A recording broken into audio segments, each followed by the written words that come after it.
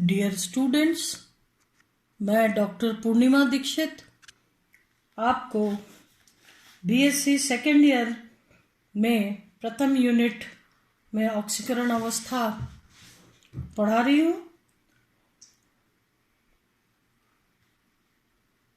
जिसमें टॉपिक है प्रथम संक्रमण श्रृंखला तत्वों के रसायन।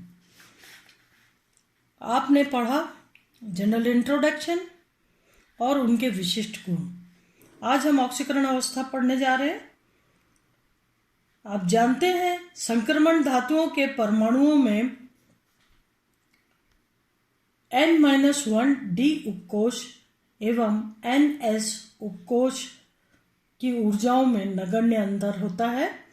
पिछले लेक्चर में आपने देखा था कि किस तरीके से कैल्शियम 20 पर 2 इलेक्ट्रॉन S कक्षक में आने पर S कक्षक पूर्ण हो जाता है और उसके पश्चात D कक्षक तेजी से ऊर्जा में कम हो जाते हैं और S कक्षक अधिक विसरित हो जाते हैं। इस प्रकार से परिरक्षण प्रभाव के कारण 3D कक्षक नाभिक के और निकट हो जाते हैं।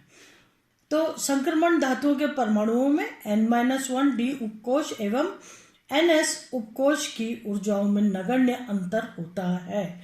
जहां तक विन्यास का सवाल है, आपने देखा था किस प्रकार से प्रथम संक्रमण श्रृंखला के तत्वों में जो 3D कक्षक हैं वो ऊर्जा में कम हो जाते हैं। स्कैंडियम से लेकर जिंक तक 3D कक्षक में एक एक इलेक्ट्रॉन आते जाते हैं और इसलिए चूंकि 3D कक्षक और 4s कक्षक के ऊर्जा अंतर बहुत ही कम होता है तो जो है उनमें नगण्य अंतर होता है। अतः दोनों ही उपकोष के इलेक्ट्रॉन्स बंधन में भाग लेते हैं। चूंकि भिन्न भिन्न परिस्थितियों में बंध निर्माण के लिए NS कक्षक के इलेक्ट्रॉन के साथ N-1 D कक्षकों के इलेक्ट्रॉन्स अलग अलग संख्या में प्रयुक्त किए जाते हैं, अतः परिवर्तनशील ऑक्सीकरण अवस्था प्रदर्शित करते हैं। NS कक्षक यानी 4s कक्षक और 3D कक्षकों में इतना कम ऊर्जा अंतर होता है कि NS के साथ साथ यानी 4s कक्षकों में इलेक्ट्रॉन्स के साथ साथ 3D कक्षक के इलेक्ट्रॉन्स भी निकल जाते हैं और इसीलिए फर्स्ट रो ट्रांजिशन सीरीज के एलिमेंट्स या ट्रांजिशन सीरीज के एलिमेंट्स परावर्तीय संयोजकता प्रदर्शित करते हैं। अधिकांश तत्वों में बाह्य कक्षक का इलेक्ट्रॉनिक विन्यास NS2 होता है। यह आप जानते हैं कि बाह्य कक्षक का विन्यास जो होता है वो NS2, N क्या है, प्रिंसिपल क्वांटम नंबर, और S कक्षक में 2 इलेक्ट्रॉन आने के पश्चात अब D कक्षकों में इलेक्ट्रॉन्स का भरना शुरू हो जाता है। तो NS कक्षक जो है बाह्यतम इलेक्ट्रॉनिक विन्यास होता है, अतः ये इन इलेक्ट्रॉन के निकल जाने से +2 ऑक्सीकरण अवस्था में आ जाएंगे। यहाँ पर 2 इलेक्ट्रॉन निकल गए तो +2 ऑक्सीकरण अवस्था में आ जाएंगे, परंतु क्रोमियम, कॉपर और सिल्वर आदि में +1 विन्यास के कारण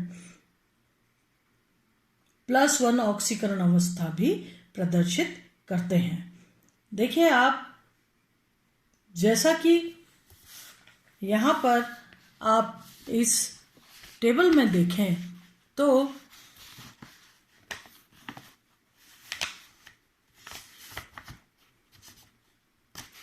इस टेबल में अगर आप देखें तो आपको दिख रहा है कि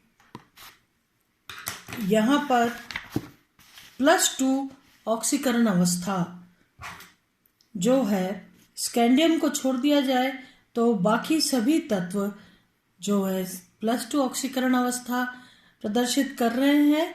और कॉपर के केस में चूंकि NS1 इलेक्ट्रॉन या अंतिम कक्षक में 1 इलेक्ट्रॉन रह जाता है और उसके हटने पर +1 ऑक्सीकरण अवस्था प्रदर्शित कर रहा है कॉपर। तो क्रोमियम, कॉपर और सिल्वर आदि NS1 विन्यास के कारण +1 ऑक्सीकरण अवस्था, यहाँ क्रोमियम और कॉपर को दिखाया गया है, सिल्वर कॉपर के नीचे आता है, तो ये +1 ऑक्सीकरण अवस्था भी प्रदर्शित करते हैं। ये तत्व अधिकतम X+2, X क्या हो गया, X जो है D कक्षकों में अयुग्मित इलेक्ट्रॉन की संख्या है। तो अधिकतम X+2 ऑक्सीकरण अवस्था प्रदर्शित करते हैं। X ध्यान रखिएगा, X क्या है, X क्या है, इलेक्ट्रॉन, अयुग्मित इलेक्ट्रॉन की संख्या। तो ये तत्व अधिकतम X+2 ऑक्सीकरण अवस्था प्रदर्शित करते हैं, जहां X D कक्षकों में अयुग्मित इलेक्ट्रॉन की संख्या। चूंकि मैंगनीज तक अयुग्मित इलेक्ट्रॉन की संख्या बढ़ती जाती है, ठीक है। आप देखिए स्कैंडियम से लेके और मैंगनीज तक एक एक इलेक्ट्रॉन की संख्या बढ़ती जा रही है, और इस प्रकार से डी कक्षक में इलेक्ट्रॉन, अयुग्मित इलेक्ट्रॉन की संख्या मैंगनीज तक बढ़ती जा रही है, और फिर उनमें युग्मन शुरू हो गया। तो मैंगनीज तक अयुग्मित इलेक्ट्रॉन की संख्या बढ़ती जाती है, और मैंगनीज से लेकर जिंक तक इलेक्ट्रॉन्स में युग्मन होता जाता है। अतः ऑक्सीकरण अंक का मान भी मैंगनीज पर अधिकतम +7 होता है, क्योंकि डी कक्षक 5d5, डी कक्षक में 5 अयुग्मित इलेक्ट्रॉन है, और X+2 यानी 3d5 के 5 इलेक्ट्रॉन, और 4s2 या 4s कक्षक के 2 इलेक्ट्रॉन मिला के अधिकतम सभी इलेक्ट्रॉन्स के निकल जाने पर +7 ऑक्सीकरण अवस्था को प्रदर्शित करता है मैंगनीज, ठीक है। और उसके बाद इलेक्ट्रॉन्स में युग्मन शुरू हो जाता है, और इसीलिए आप देखिए आयरन पर, Fe पर +6, +5, +4 ये ऑक्सीकरण अवस्थाएं डिक्रीज होती जा रही है, कम होती जा रही है।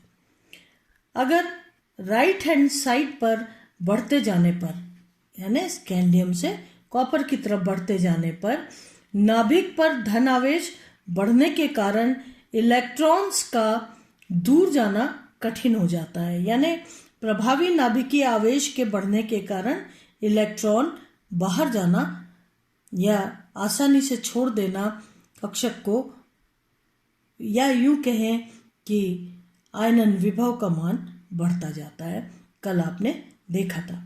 तो धनावेश बढ़ने के कारण इलेक्ट्रॉन्स का दूर जाना कठिन हो जाता है, अतः निम्न ऑक्सीकरण अवस्था अधिक स्थायी होती है। जब अपन आगे की तरफ मैंगनीज से बढ़ते जाते हैं तो निम्नतम ऑक्सीकरण अवस्था +2, +3 ये जो हैं ये अधिक स्थायी होने लगती है, अधिक स्थायी होती है। अगर इसमें अपन और देखें तो इस श्रेणी में हम यहाँ से लेके यहाँ तक देख रहे हैं, स्कैंडियम से लेके कॉपर तक अगर देखें तो इस श्रेणी में स्कैंडियम को छोड़ बाकी सभी तत्व +2 ऑक्सीकरण अवस्था प्रदर्शित करते हैं। स्कैंडियम के द्वितीय व तृतीय आयनन विभव के मानों में कम अंतर होने के कारण ये 4s2 के इलेक्ट्रॉन्स के साथ 3d1, डी कक्षक में एक इलेक्ट्रॉन है स्कैंडियम पर, तो 4s के दो इलेक्ट्रॉन्स के साथ 3d का एक इलेक्ट्रॉन भी त्याग कर +3 ऑक्सीकरण अवस्था प्रदर्शित करता है, जो कि स्थायी ऑक्सीकरण अवस्था होती है। स्कैंडियम +3 ऑक्सीकरण अवस्था ही प्रदर्शित करता है, क्योंकि इसके 2 इलेक्ट्रॉन निकलने के बाद तीसरे इलेक्ट्रॉन निकल जाने पर चूंकि D0 विन्यास हो जाएगा, और जो कि अधिक स्थायी है, इसीलिए स्कैंडियम में तीसरा इलेक्ट्रॉन भी बाहर निकल जाता है और +3 ऑक्सीकरण अवस्था, स्थायी ऑक्सीकरण अवस्था प्रदर्शित करता है। ये टाइटेनियम के केस में +4 अगर ऑक्सीकरण अवस्था हो तो विन्यास हो गया D0।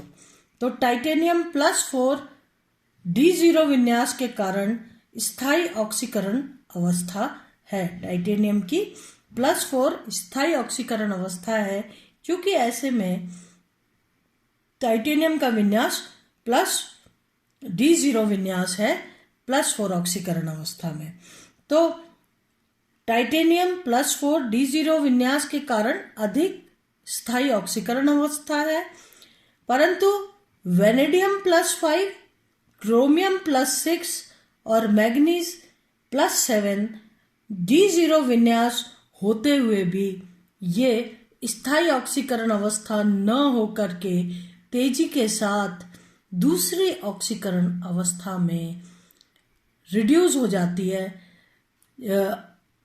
मतलब ये आसानी से इलेक्ट्रॉन ग्रहण करके और कम ऑक्सीकरण अवस्था में परिवर्तित हो जाती है। प्लस चार्ज कम हो जाता है, यानी रिड्यूस हो जाती है। तो वेनेडियम +5, क्रोमियम +6 व मैग्नीशियम +7 D0 विन्यास होते हुए भी तीव्र ऑक्सीकारक है, खुद रिड्यूस हो जाते हैं और ऑक्सीडाइजिंग एजेंट है।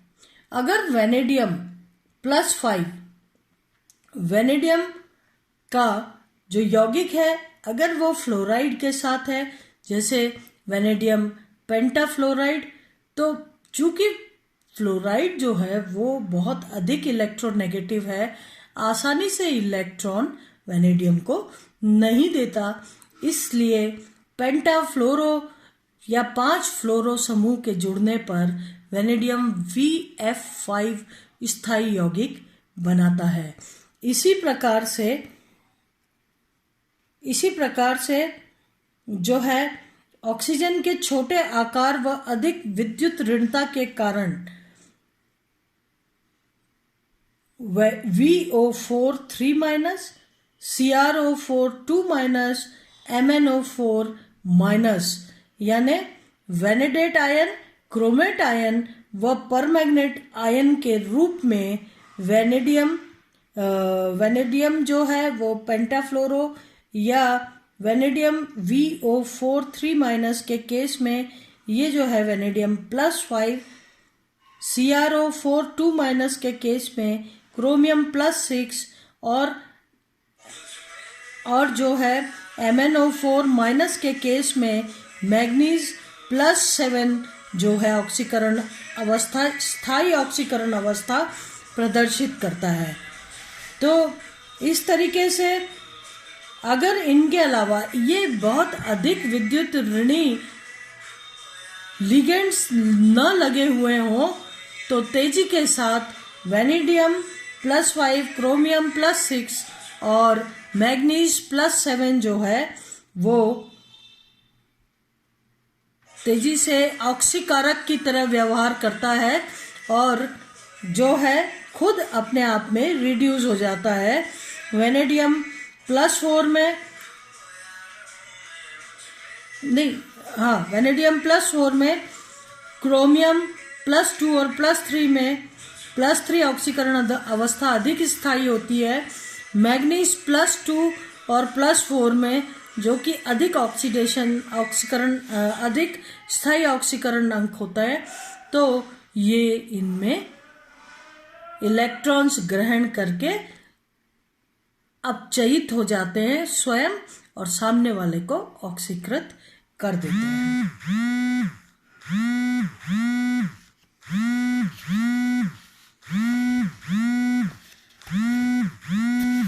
इसी प्रकार से अगर